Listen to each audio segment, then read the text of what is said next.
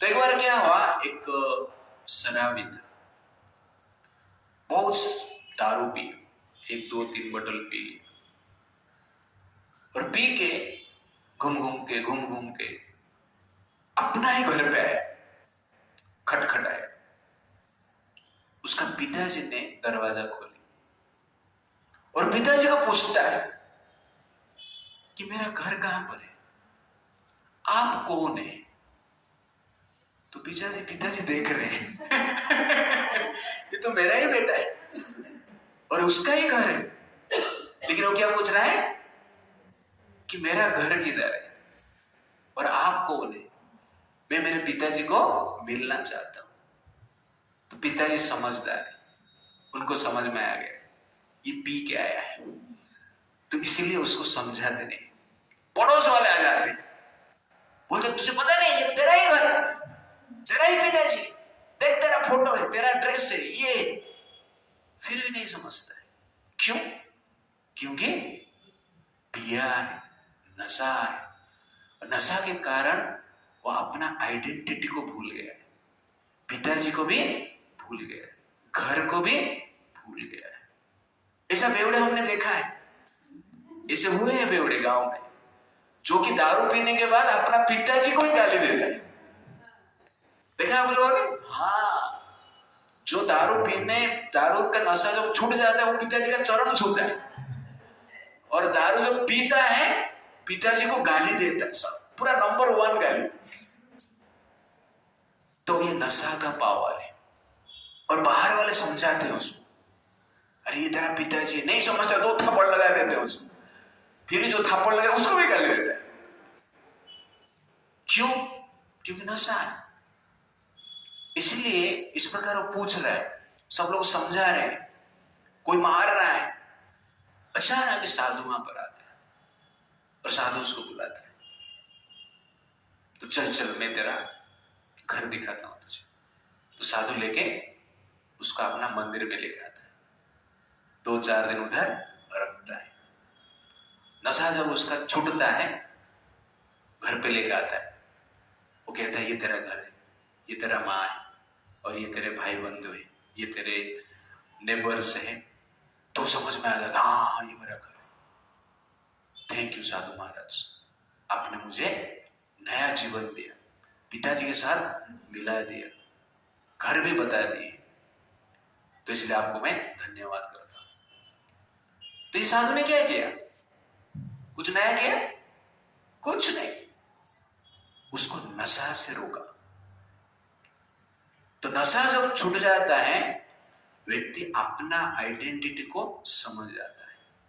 और जब तक नशा रहता है, स्वयं को भूलता है, पिताजी को भूलता है, घर को भूलता है, परिवार को भूलता है, फ्रेंड्स को भूलता है, सबको भूल जाता है। तो भूलने का कारण क्या है? नशा, दारू।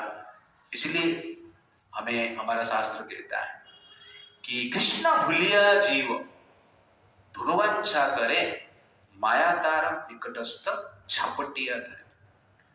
तो जो व्यक्ति जो भोग का इच्छा करता है या भोग में प्रवृत्त हो जाता है, तो कृष्ण भूलिया, कृष्ण को भूल जाता है।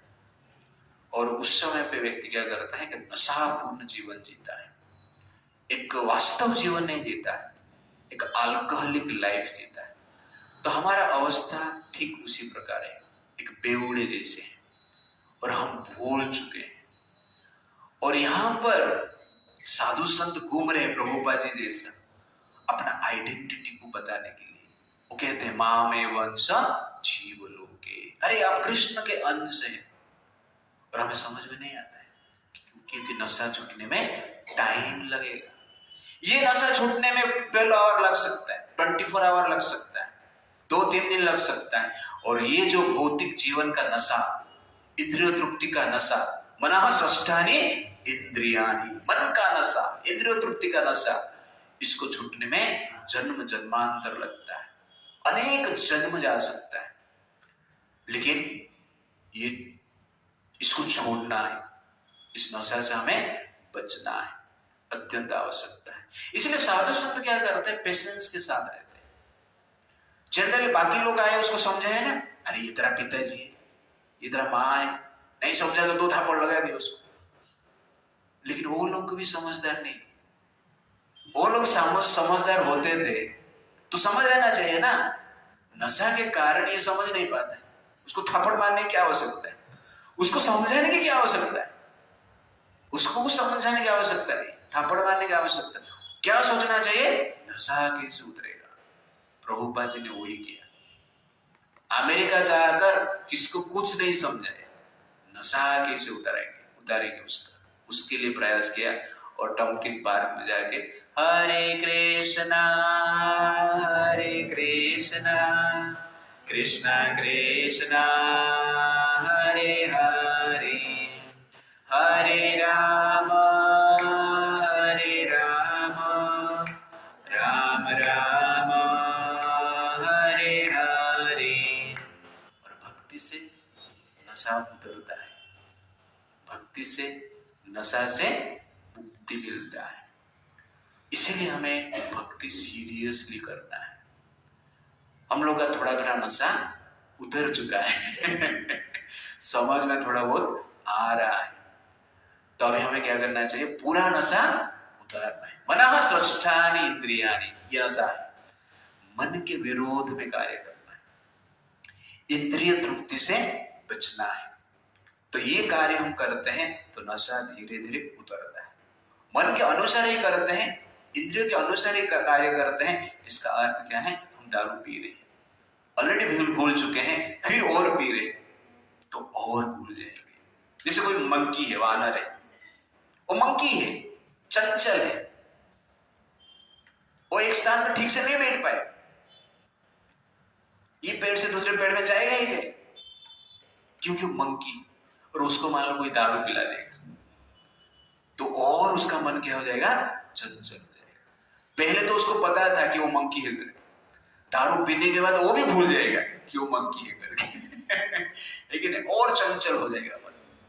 तो वैसे ही अभी जो सिचुएशन है हमारा, एटलीस्ट हमें पता है अभी कि हम मनुष्य हैं और जीवन का लक्ष्य क्या है, भगवान को प्राप्त करना।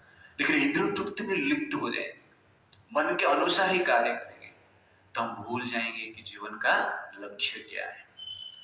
हम भूल जाएंगे कि मानव का उद्देश्य क्या है, मनुष्य शरीर क्यों मिला है, और मानवता के अनुसार भी हम कार्य नहीं करें। इसलिए हमें भक्ति करना चाहिए।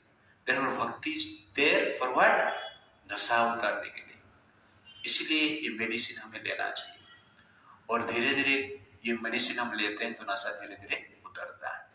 तो इस प्रकार हमारा शास्त्र कहता है, भागवतम में नारद मुनि कहते हैं, यमादि योग पाठै काम लोभ हत मोह मुकुंद सेवया यदवत तथात्मधान सम्यति। कहते हैं यम आदि भी योग पाठ, यम नियम को फॉलो करने से, ज्ञान योग ध्यान योग का प्रैक्टिस करने से, काम लोभ हतम, ये काम लोभ को नष्ट कर सकता है, काम लोभ नष्ट होता है। लेकिन मुकुंद सेवया यदवत, भगवान कृष्ण का सेवा करने से, भक्ति करने से जिस प्रकार होता है उसी प्रकार नहीं होगा। तथा आत्मधा न सम्यते। तो ज्ञान मार्ग, ध्यान मार्ग, योग मार्ग से व्यक्ति का काम और लोभ कंट्रोल हो सकता है, लेकिन संतोष नहीं मिलता है। तो ओरिजिनल सैटिस्फैक्शन के लिए, वास्तविक सैटिस्फैक्शन के लिए, तथा आत्मधा न सम्यते मुकुंद सेवया यदवत। मुकुंद मतलब भगवान। मुकुंद का अर्थ है जो व्यक्ति मुक्ति प्रदान करता है, उसको हम क्या कहते हैं, मुकुंद। तो भगवान का सेवा से व्यक्ति पूर्ण सैटिस्फैक्शन को प्राप्त करता है, संतोष को प्राप्त करता है, अपना आइडेंटिटी को समझ पाता है। तो इस प्रकार भौतिक भोग रूपी दारू को सब लोग पी रहे हैं। और ये दारू जनरली हम क्या करते हैं, ये जो 5 इंद्रियां है, 5 इंद्रिय और मन के थ्रू हम पीते हैं।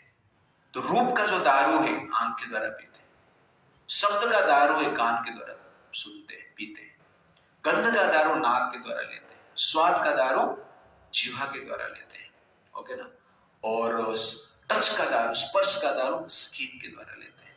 तो ये 6 प्रकार की ब्रांडेड दारू सब लोग पीते हैं, और जिसके द्वारा मनः स्वस्थानि इंद्रियाणि, हम संघर्ष करते हैं। इसलिए स्पिरिचुअल लाइफ मतलब क्या है? दारू छोड़ना। तो भौतिक भोग के प्रति जो हमारा आसक्ति है उसको छोड़ना है। एक साथ दारू भी पीते रहेंगे और एक साथ भक्ति भी करते रहेंगे तो नशा उतारना डिफिकल्ट है। और डिफिकल्टी जनरली हम यहाँ पर देख रहे हैं, दैट इज एक्चुअली क्या है? संघर्ष।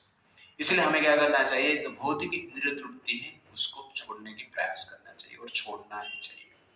और जो व्यक्ति ये भौतिक प्रकृति का प्रभाव से, मना और इंद्रिय का प्रभाव से बच जाता है, मुक्त हो जाता है, वो व्यक्ति क्या करता है? भगवान को स्वयं देखता है।